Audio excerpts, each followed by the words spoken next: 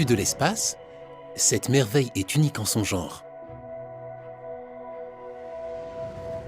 Dieu a prévu que la Terre soit en grande partie recouverte d'eau. Il l'a placée à une distance idéale du Soleil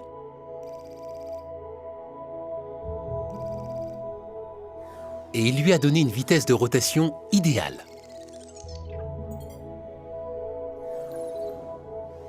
Dieu a créé la Lune pour stabiliser l'inclinaison de la Terre, permettant ainsi le cycle des saisons. Et il a voulu qu'une immense variété d'animaux profite aussi de la Terre. Pourquoi Dieu s'est-il donné autant de mal pour créer cette merveilleuse planète? Parce qu'il voulait que le premier couple humain, Adam et Ève, vive dans un magnifique endroit. Tant qu'ils obéiraient à Dieu, ils pourraient, eux et leurs enfants, vivre pour toujours et étendre le paradis sur toute la terre. Bonjour, bienvenue sur la chaîne Le Fruit de la Vigne. Bienvenue aussi à mes nouveaux abonnés. Eh bien, vous voyez, aujourd'hui, on va parler que notre terre soit dans les cieux. En tout cas, les premiers mots du récit de la création dans le livre de Genèse résument la façon dont le cosmos aurait été conçu. Au commencement, Dieu créa les cieux et la terre. Le Père, lorsqu'on parle dans le judaïsme, est le seul responsable de la création et n'avait pas de rivaux.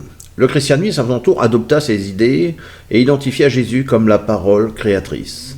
Au commencement était la parole, et la parole était avec Dieu, et la parole était un Dieu, ou était Dieu, suivant les versions bibliques, ou en tout cas vis-à-vis des courants religieux.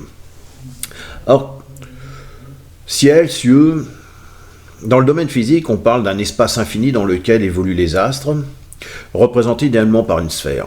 Astres, constellation du ciel. Mouvement diurne du ciel, l'immensité, l'infini des cieux. L'écriture biblique, elle aussi, est un trompe-l'œil. Elle a tendance à partir dans tous les sens. Elle semble être contradictoire et interprétée par les différents courants religieux.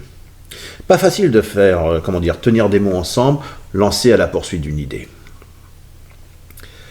Le principal travail des écrivains bibliques est le même que celui d'un berger. Ils devaient maintenir un troupeau de laides voraces qui n'ont pas envie, ou plutôt qui auraient une envie d'aller brouter l'herbe plus verte dans le champ du voisin. Ce qui est intéressant, c'est cette question, on va dire, qui s'impose. Où se trouve le ciel? Puisque même lorsque l'on regarde les étoiles, nous n'arrivons pas à le voir. Est-ce un mot abstrait, une réalité, un royaume? Parce que lorsqu'on parle du ciel, mais dans l'immensité de ce que l'on voit, qu'est-ce qu'on détermine, ce qui est terrestre ou ce qui est dans le ciel? Les cieux sont-ils dans le ciel? Alors, dans le judaïsme, la croyance du ciel et au-delà est liée à la croyance dans le Sheol, mentionné dans Isaïe, chapitre 38, verset 18, Psaume, chapitre 6, verset 5, Job, chapitre 7, verset 7 à 10. Certains chercheurs affirment que Sheol est un concept, plutôt, mais cette théorie n'est pas universellement acceptée.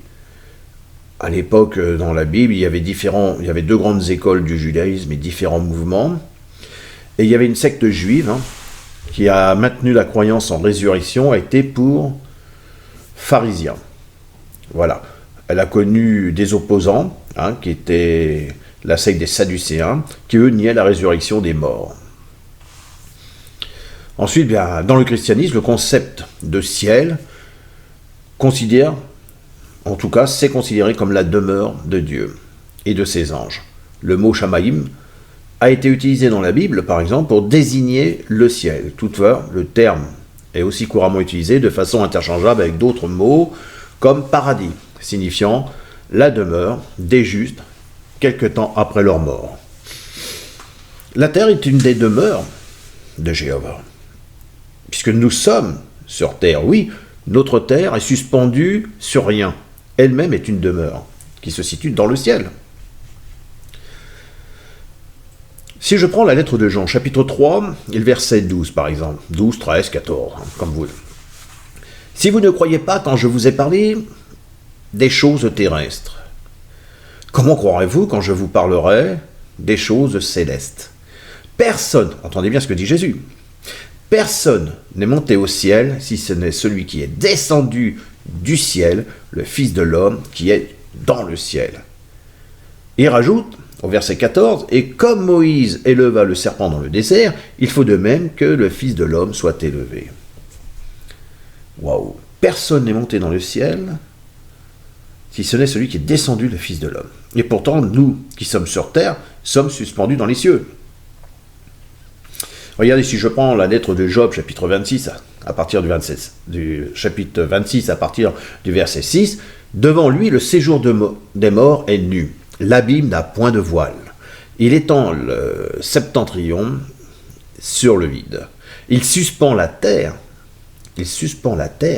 sur le néant. Il renferme les eaux dans ses nuages, et les nuages n'éclatent pas sous leur poids. » Généralement, suspendre quelque chose demande un point d'ancrage. La terre est créée dans les cieux, nous sommes donc dans les cieux. L'une des demeures de Jéhovah. Je vis déjà au ciel. Vivre au ciel et avec la terre dans les cieux. Donc que disait la Bible sur cette question, puisqu'il y a près de 3500 ans, puisque Job affirmait, en termes un peu clairs, que la terre est suspendue sur rien. Pas de point d'ancrage, sur rien. Donc vivre avec la terre, c'est vivre avec notre présent. C'est vibrer dans cette même énergie. C'est nous adapter chaque jour à du renouveau. D'ailleurs, Zacharie chapitre 12, verset 1 dit « Ainsi parle Jéhovah, qui a étendu les cieux et fondé la terre, et qui a formé l'esprit de l'homme au-dedans de lui. » Ah, intéressant. Qui a formé l'esprit de l'homme au-dedans de lui. L'esprit au-dedans de moi. Notre esprit formé au-dedans de nous, afin que nous soyons conscients de la terre nourricière. Oui. Nous ne sommes pas ce que nous voudrions être, mais nous sommes ce que nous reflétons. Jésus nous montre le royaume en nous. Nous sommes comme le sage. Vous savez, oui, comment on pourrait dire? Nous sommes comme le sage qui montre la lune à son disciple et qui lui regarde le doigt plutôt que la lune. Beaucoup veulent vivre en Christ, alors que celui-ci nous a affranchis pour vivre notre vie, faire nos choix. Ainsi, la vie est d'exister et de faire ses propres choix. Nous savons que nous sommes pécheurs, mais ce péché est mis sur le bois avec Jésus. Donc aujourd'hui, nous pouvons avancer. Nous savons que nous avons une responsabilité vis-à-vis de Jésus. Ça serait idiot qu'il meure pour rien. En tout cas, qu'il ait été mis sur le bois et mort et a tué la chair sur le bois pour rien. Donc au-delà de l'esprit pensant, il y a la conscience. Vous vous sentez redevable à Christ et du coup, votre vie n'est pas complète. Vous vous posez des tas de questions et culpabilisez sur un certain nombre d'entre elles. Alors comme vous n'avez pas trop confiance en vous, forcément, vous allez explorer la parole de Christ. Est-ce que nous voyons en nous, c'est notre degré de mensonge envers nous-mêmes? Parce qu'on peut mentir aux autres, mais on se ment parfois à soi-même. Vous voyez ce que je veux dire? La terre témoigne de l'habileté de Jéhovah.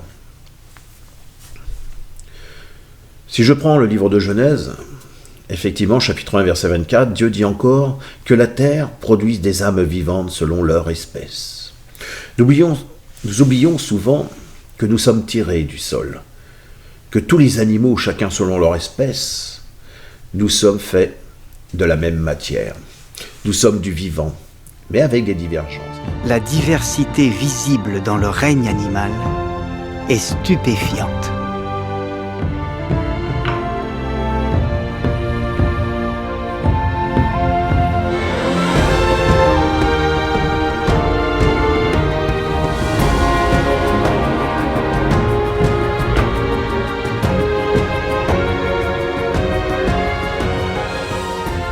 Rien que dans les océans, on trouve des bêtes sans nombre, des créatures vivantes, tant petites que grandes. les eaux regorgent de vie. Les œuvres de Jéhovah, nombreuses et variées, sont prodigieuses.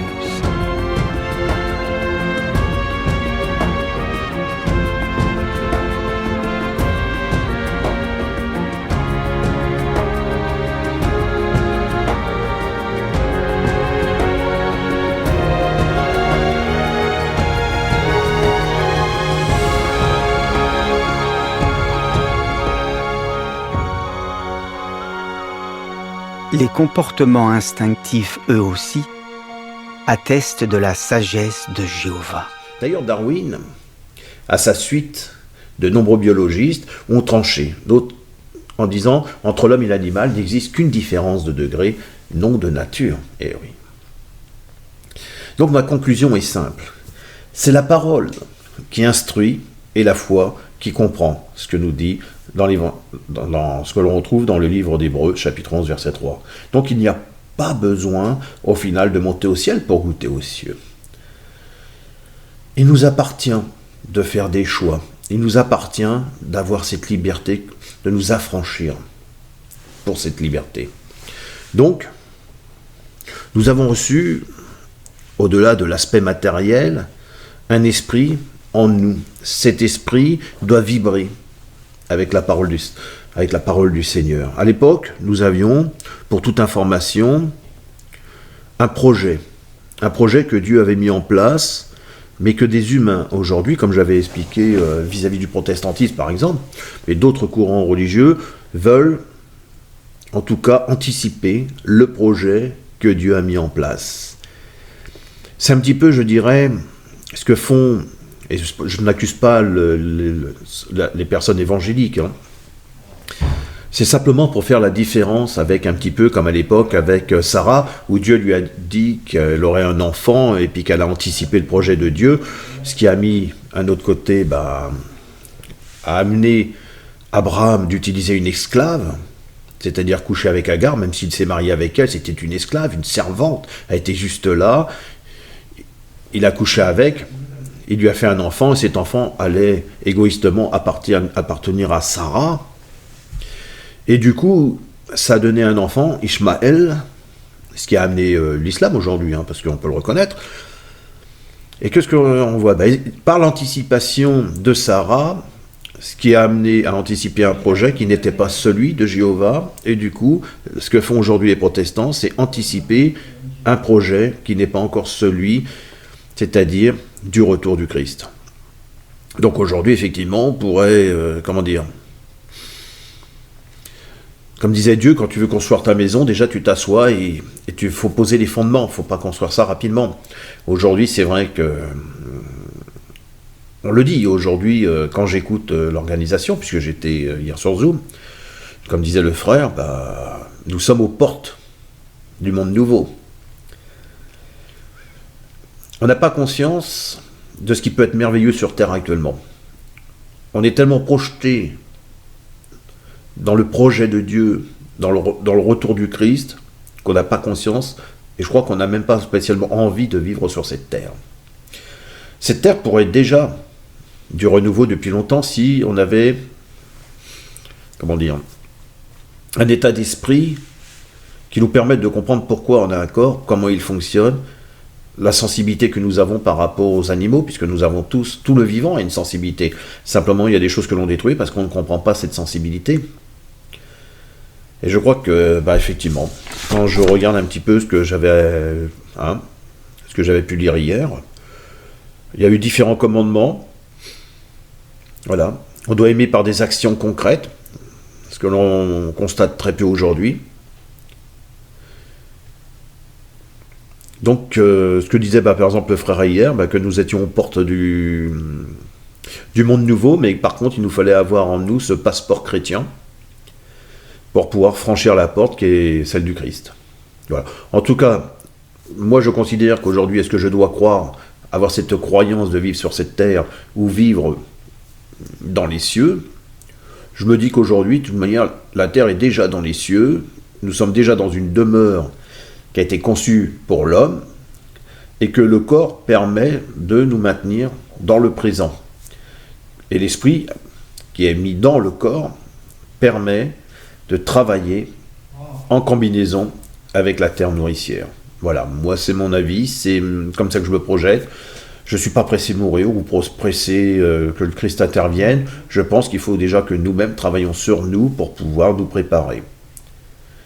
Parce que c'est bien beau de dire vivement que le Christ arrive, vivement que... Ah oui, mais est-ce que vous serez prêt à ce moment-là? Parce que si vous n'êtes pas prêt, c'est pas bon. Il faut déjà être prêt. Donc avant de se dire vivement que le Christ revienne, est-ce que vous êtes déjà prêt? Voilà, c'est tout. Moi en tout cas, je vous souhaite un bon dimanche. Et puis je vous dis à la prochaine pour une nouvelle vidéo. Au revoir.